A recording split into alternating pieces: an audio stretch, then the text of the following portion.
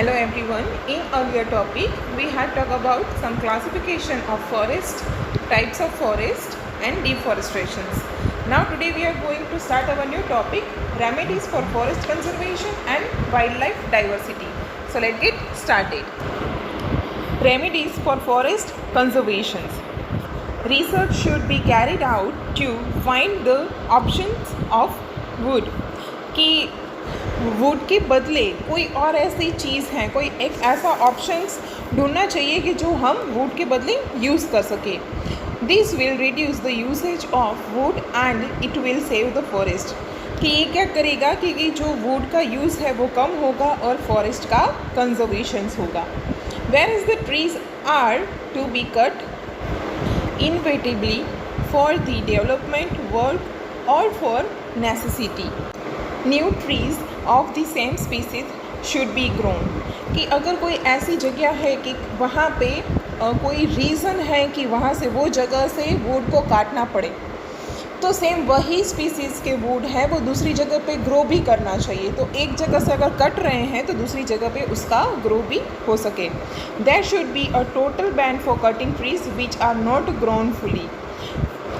कि ऐसे ट्रीज़ के जो प्रॉपरली ग्रो नहीं हुए हैं तो उसको तो उसके ऊपर काटने के लिए पूरा का पूरा बैन होना ही चाहिए. Those industries which receive the raw materials from the forest should be compelled for afforestations for future needs. ऐसे इंडस्ट्रीज़ के जिसका रॉ मटेरियल सिर्फ फॉरेस्ट में से आता है, तो ऐसी चीज़ों को फ्यूचर को ध्यान में रखते हुए फिर से उसका प्लांटेशन करना चाहिए.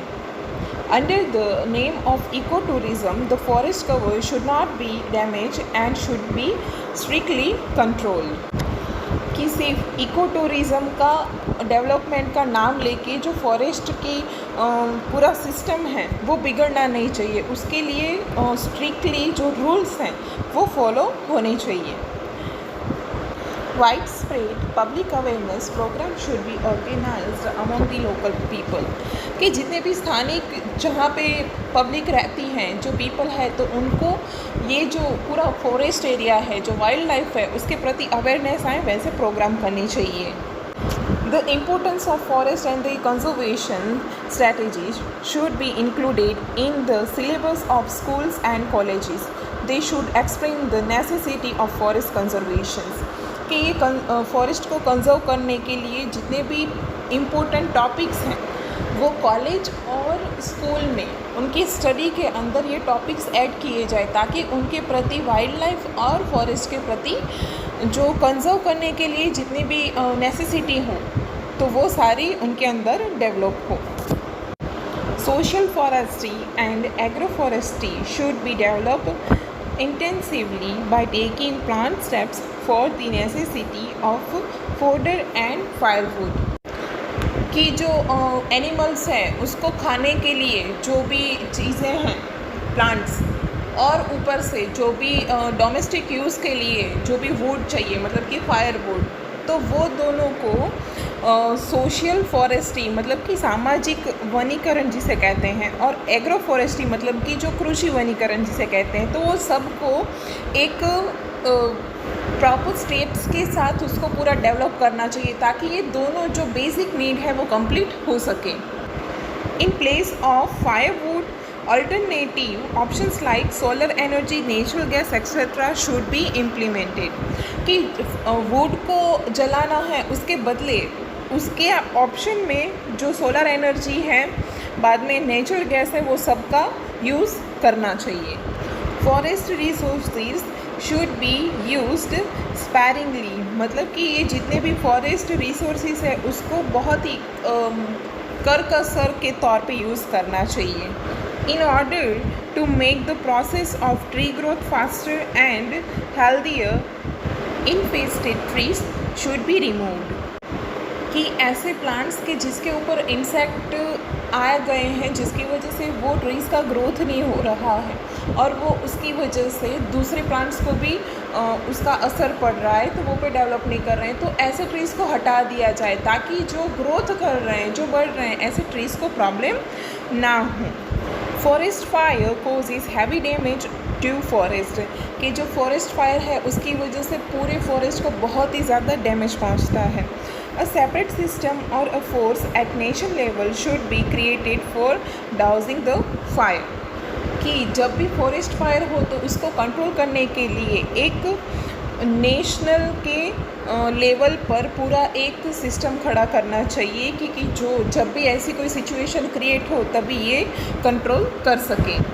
Due to increased means of transportation and easy travel, thousands of pilgrims reach the religious places in forest areas to attend the bhandara fairs और द परिक्रमा, मतलब कि जो सर्कुलर ट्रैवल होता है वो।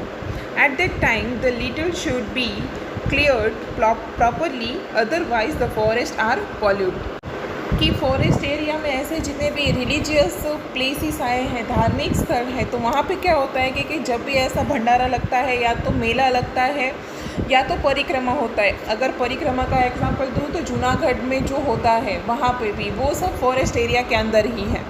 तो जब भी पब्लिक वहाँ पे जाती हैं या तो रिलीजियस के तौर पे ऑब्वियसली जाती हैं दर्शन करने के लिए, तो जब भी वो जाते हैं तो क्या होता है कि जो भी नाश्ता करते हैं या कोई ऐसी चीज़ें हैं तो वो वहीं पे छोड़ देते हैं, जिसकी वजह से पूरा फॉरेस्ट एरिया होता है वो क्या हो जाता है, पॉल्यूट हो जाता है। तो उसके बदले ध्यान देना चाहिए कि वो चीज़ ना हो। In area should be demarcated and reserve for animal pastures, कि कुछ एरिया को एनिमल्स को, पशुचरण को खाने के लिए जो भी चीज़ें मिल जाए तो उसके लिए थोड़ा उनको डिमार्केट या तो रिजर्व करके रखना चाहिए।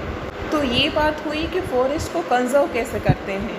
अभी बात करते हैं वाइल्ड लाइफ डाइवर्सिटी की।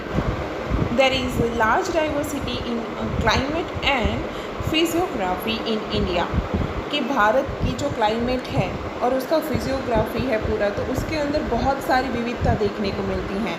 Due to this geographical diversity a large variation is seen among the insects, birds, animals and vegetations, कि ये जियोग्राफिकल जितना डाइवर्सिटी है उसकी वजह से पूरे भारत के अंदर इंसेक्ट्स में, बर्ड्स में, एनिमल्स और प्लांट्स के अंदर बहुत सारी वेराइटीज़ देखने को मिलती हैं।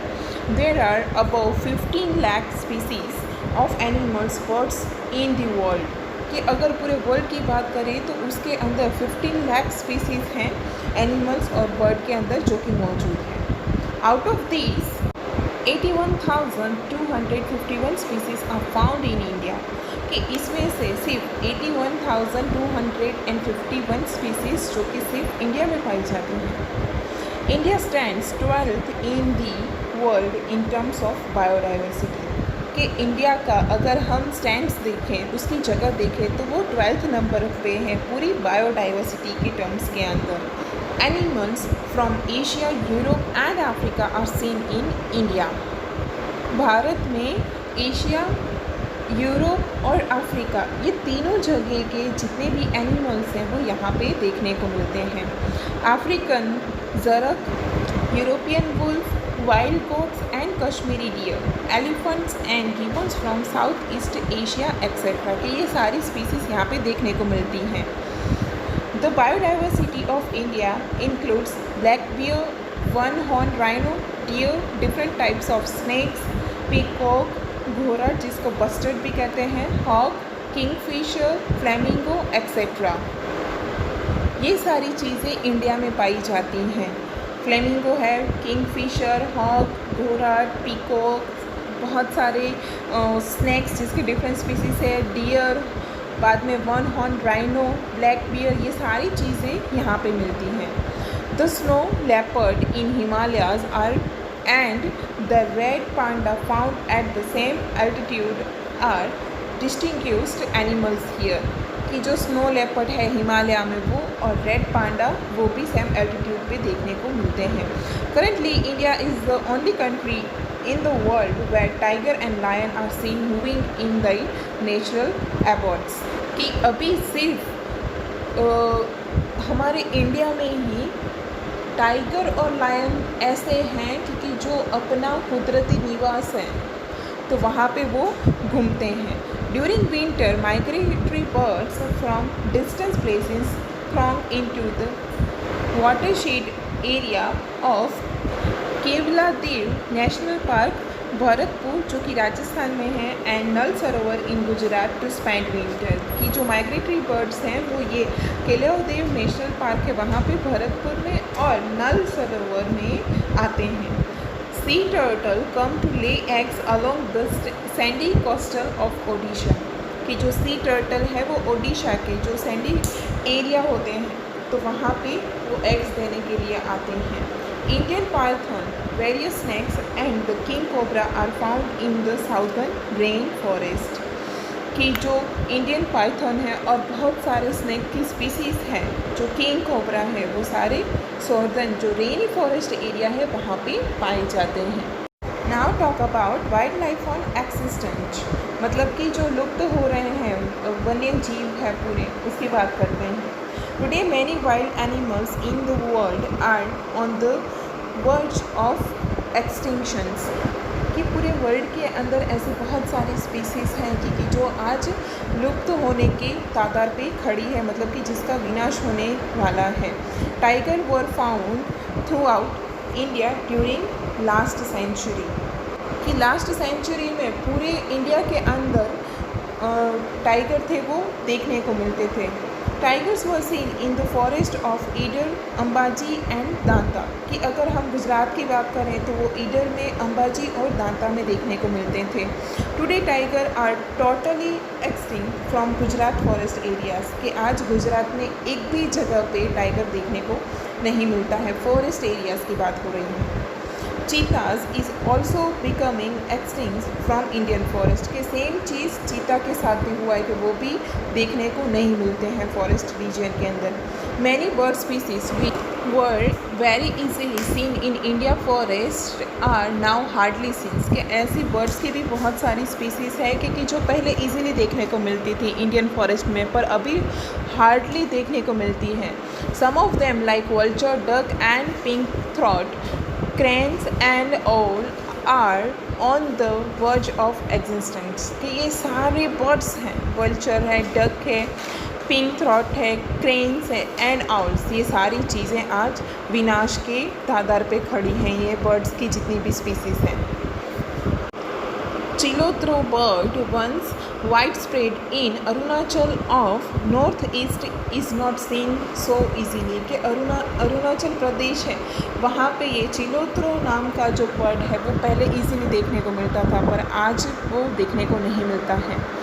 There is a danger of survival to the alligators of the fresh water of rivers and Ganga rivers dolphin कि फ्रेश वाटर के अंदर जो एलिगेटर है जिसकी स्पीसीज़ का नाम है घड़ियाल और जो गंगा रिवर के अंदर डॉल्फिन्स है तो वह आज भी डेंजर जोन में है। The number of sea turtle approaching the coastal of Odisha and Gujarat is constantly decrease. Gujarat और ओडिशा का जो समुद्री तट है तो वहाँ पे जितने भी टर्टल्स आते थे उसके एग्स रखने के लिए तो आज उसकी भी जो नंबर्स हैं उसकी जो संख्या है वो भी कम हो गई है। वाटरफॉल मतलब कि जल बिलाड़ी जिसे कहते हैं once found frequently in Narmada Tapi Mahi and Sabarmati rivers of Gujarat is almost extinct कि जिसको जल बिल्ली कहते हैं या तो वाटरफॉल जो भी कहें तो वो पहले बहुत देखने को मिलती पर अभी बहुत ही कम देखने को मिलती हैं। तो पहले वो नर्मदा तापी मही और साबरमती रिवर्स में देखने को मिलती थी। A time has come for us to think about this seriously कि आज ये टाइम आ गया है कि सारी चीज़ के बारे में हम सीरियसली देखें या तो सोचें। अगर ये नहीं करेंगे तो हमारा पूरा जो इकोसिस्टम है इको साइकिल है वो पूरा डैमेज हो जाएगा। हम सारे एक दूसरे के साथ जुड़े हुए हैं अगर इसमें से एक भी जगह खाली हो गई तो हमारा रहना भी बहुत ही ज़्यादा मुश्किल हो जाएगा। तो ये फॉरेस्ट से लेके इंसेक्ट्स एनिमल्स बर्ड्स ये सारी चीज़ों को साथ में जुड़े रखना चाहिए तो उसकी शुरुआत हमें ही करनी पड़ेगी बिकॉज़ ये डैमेज हो रहा है। ये जो पूरा साइकिल टूट रहा है पूरा चेन टूट रहा है वो सिर्फ ह्यूमंस की वजह से टूट रहा है। Then we have to speak about this. Next video में हम इसके रीज़न्स के बारे में बात करेंगे। Thank you.